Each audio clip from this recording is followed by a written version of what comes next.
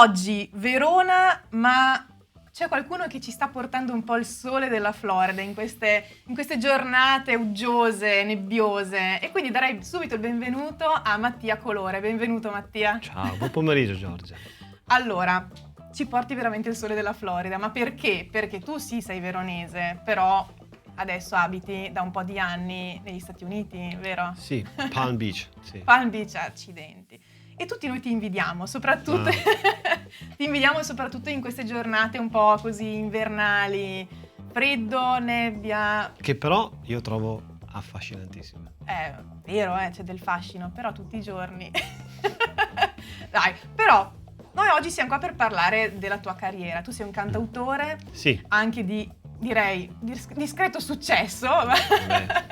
Successo è importante averlo con se stessi.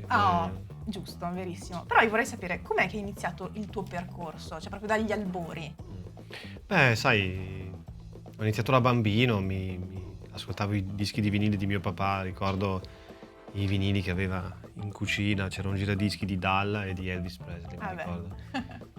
E ho sentito che era una cosa che mi piaceva di più delle altre, semplicemente. Non so perché, ma la musica mi è sempre piaciuta di più di tutte le altre attività. E mi ricordo che andavamo ai ristoranti con i miei genitori e gli amici e io mi ricordo che dicevo a mio papà, andavo in macchina e ascoltavo le sue cassette quando magari c'erano troppo signori anziani, certo. Io mi annoiavo e stavo in macchina e accendevo solo le batterie dell'auto e sentivo queste musicassette. Mi ha sempre dato un piacere maggiore rispetto alle altre attività.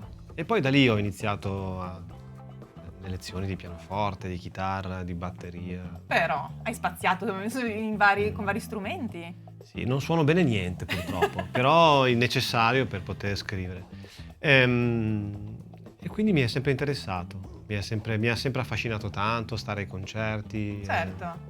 E il tuo c'è un genere preferito, adesso come adesso?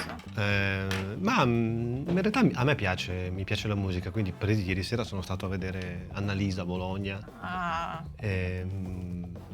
Quindi ascolto di tutto, dalla musica elettronica alla musica contemporanea, mi piace il pop rock, mi piacciono i cantautori, mi piace da morire Ennio Morricone, mi piace da morire, che ne so, Lucio Dalla, mi piace Lucio Battisti, mi piacciono gli Oasis, mi piace tutto, direi, e sì. Ci sta, perché d'altronde alla fine è bene o male il tuo lavoro, una parte, se non altro del tuo lavoro.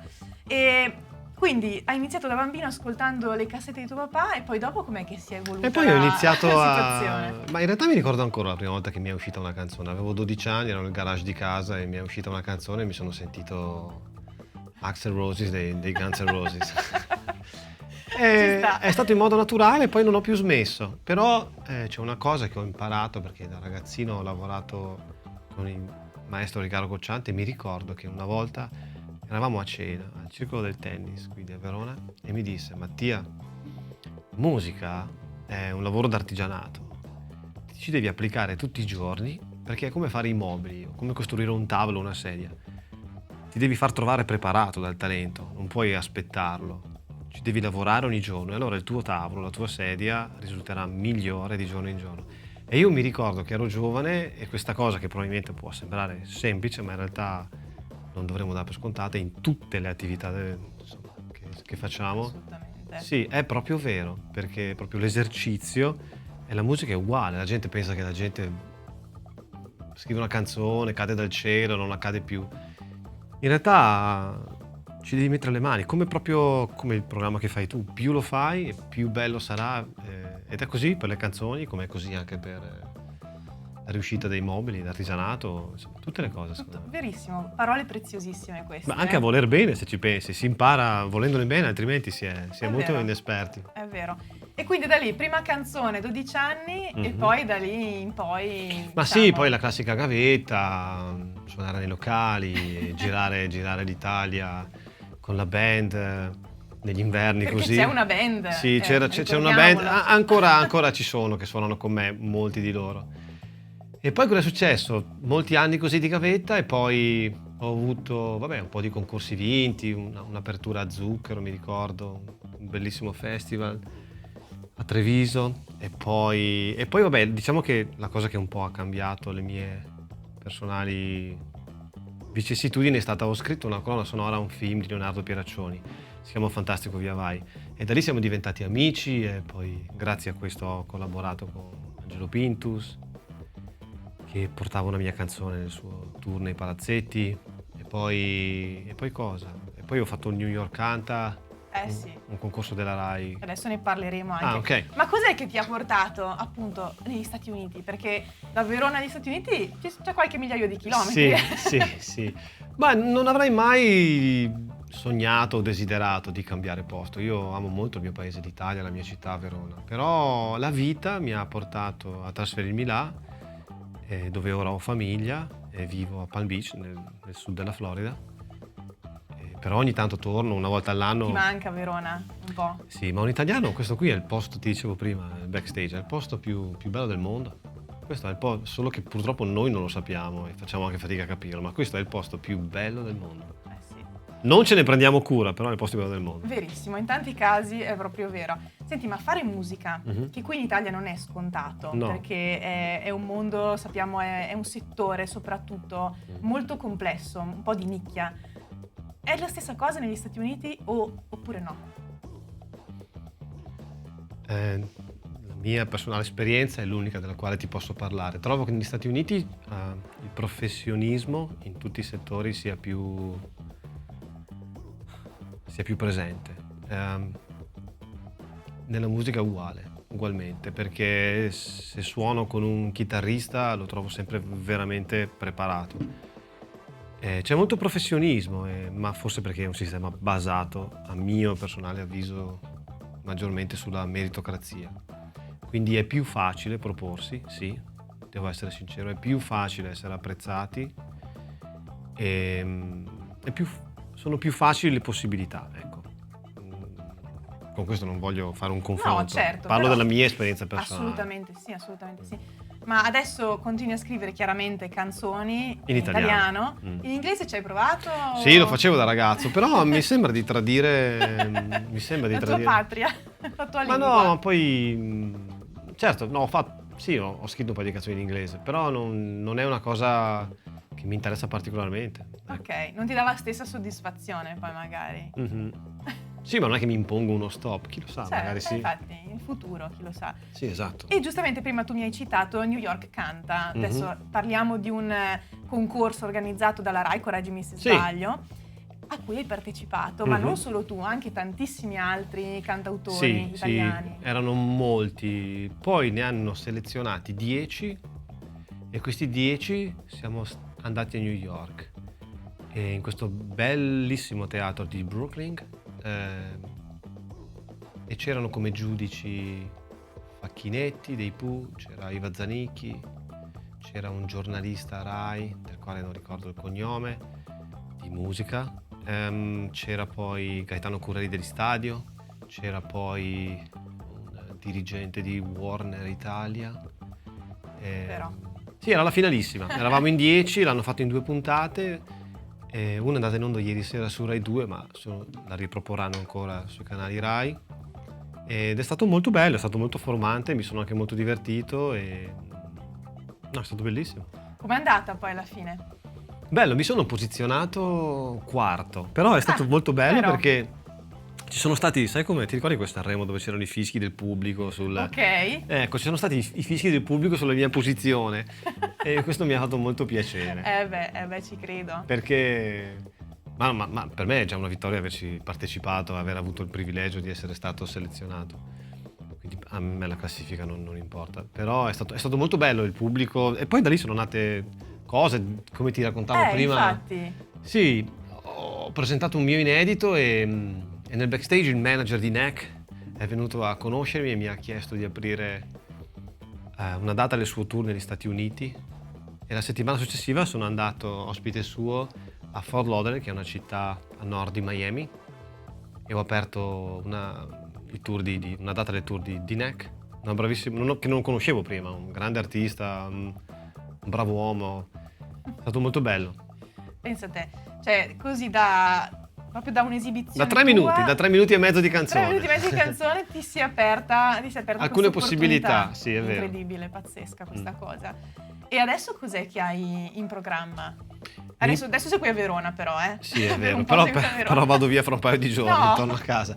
Mi piacerebbe di nuovo, devo essere sincero, mi piacerebbe, ma lo farò anche, mi piacerebbe scrivere nuovamente una colonna sonora per il cinema italiano. È proprio una Wow. cosa che mi piacerebbe fare e lo farò. Mi sono appena visto infatti con un mio collaboratore, pianista e migliore amico adesso. E lo farò perché mi piace. Sono anche già in contatto con una persona che è un... Vabbè, insomma, non faccio il nome che poi... Certo. Però sì, Ok, questo è quello che è- mi piacerebbe fare. Ma senti, adesso parlando proprio nel regno della fantasia, nel regno dei sogni, Mhm. se ci fosse proprio un regista con cui c'è un regista con cui ti piacerebbe proprio lavorare, scrivere una colonna sonora per lui, per lei. Sì, ma sono nomi troppo alti, insomma. Il mondo dei sogni, No. cioè tutto è concesso. Ma in realtà ti dico la verità, la cosa che desidero, che mi piacerebbe tanto, è poter un giorno vivere esclusivamente di musica. Certo. Quello per me è l'apice del successo. Per me la TV, la famosità in sé non è una cosa che cerco, le telecamere. Quello che mi darebbe una grande soddisfazione è sapere di poter stare al mondo vivendo di canzoni. Beh, quello allora direi aprirei champagne tutto il giorno. Beh, ti credo, assolutamente. Senti, ma ho questa domanda che effettivamente ho in testa da un po'. Ma colore, perché? Ma perché quando ho iniziato a fare musica, i giornali, i magazine di musica, sai, nei primi anni 2000 c'erano molto magazine di musica. Certo. Non faccio i nomi, però ti ricordi, Sì, assolutamente. c'erano molti magazine di musica. E allora noi emergenti spedivamo i nostri dischi e loro pubblicavano, se gli era piaciuto, la recensione. Certo. E in tutti questi magazine, mi ricordo Rockstar, Rumore, nelle recensioni di questi giornalisti c'era sempre nella mia musica la parola colore, dicevano sempre musica a colori, colori. E allora ho deciso di prenderlo come nome d'arte perché era sempre presente tra le parole dei giornalisti. Allora ho detto, ma che bello, e allora ho pensato a questo. Insomma... Tutto qua, una ragione molto semplice. Però, insomma, ci sta, direi. Senti, ma la tua band invece, di cui mi hai parlato un attimo Sì, fa? ho una band qui a Verona, siamo tutti ragazzi di Verona che sono i medesimi amici che avevo da quando ero ragazzino. È un legame che, insomma, sì. resiste agli anni, Sì, suono con Tommaso, Ricky, Ettore, Michele e tra l'altro proprio da Veronesi Doc 70% di loro sono dei produttori di vino, quindi Ah, beh. e famosi anche, quindi sono proprio dei Veronesi Doc. Sì. Fantastico. Come si chiama la band? No, è la mia band, è la band di colore. Ah, ok, perfetto. Quindi diciamo... Te li porti ogni tanto negli Stati Uniti? Ma guarda, ecco, stai anticipando una cosa. Sto cercando, infatti, proprio una cosa che mi piacerebbe fare. Siccome è andata bene l'esperienza con ECK, mi piacerebbe aprire concerto di molte rockstar italiane che vengono negli Stati Uniti e stavolta mi piacerebbe farlo con la band intera. Bellissimo, Ecco, infatti questo bellissimo. mi piacerebbe tanto farlo con loro. Dici che abbandonerebbero il settore del vino per No, venire no, negli Stati Uniti? ma gliel'ho promesso, gli ho detto lo facciamo. Sarebbe, penso, un altro sogno. No, forse, ma che manterrò la promessa. nel- Lo so che manterrò la promessa. Quindi da qui a, che ne so, alla fine del 2026, in quanti altri concerti ti vedremo? Tantissimi.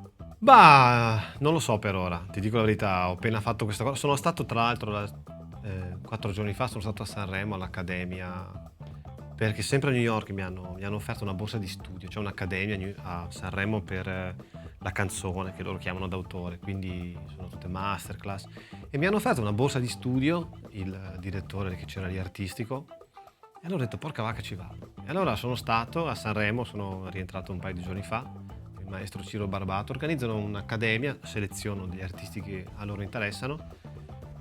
Bello, masterclass con arrangiatori, produttori, Però. sì, si accede con delle borse di studio. Bello, poi Sanremo bellissima, io non c'ero mai stato, mi è piaciuto tanto la Liguria, la terra meravigliosa. Vabbè. Ma senti, ma oltre a scrivere e suonare per te stesso come Mattia Colore, scrivi anche per altri? Ecco, quella è una cosa che ti dico la verità mi piacerebbe anche quello tanto fare, anche perché ormai sono anziano, quindi poter Madonna, sei scrivere... anziano. Ormai sì. Mattia. Mi piacerebbe scrivere per qualcuno, ti dico la verità, cioè mi piacerebbe tantissimo, proprio tanto, se devo chiudere gli occhi ed esprimere un desiderio, una canzone per Patti Bravo, mi piacerebbe Wow. impazzire. Beh, insomma. Mi piacerebbe tantissimo. Chi lo sa che magari un domani, insomma, non troppo domani. Magari. Magari, chissà. E la prossima volta ti rivogliamo qui, quindi quando succederà ti rivogliamo di nuovo qua. Speriamo. A raccontarci. Mattia, io ti ringrazio Sono per io che essere ringrazio te. stato qui da noi davvero e un grandissimo in bocca al lupo per tutto quanto e complimenti anche per New York Canta, per tutti i tuoi progetti davvero. A voi invece per questa bella realtà. Grazie mille e alla prossima. Ciao.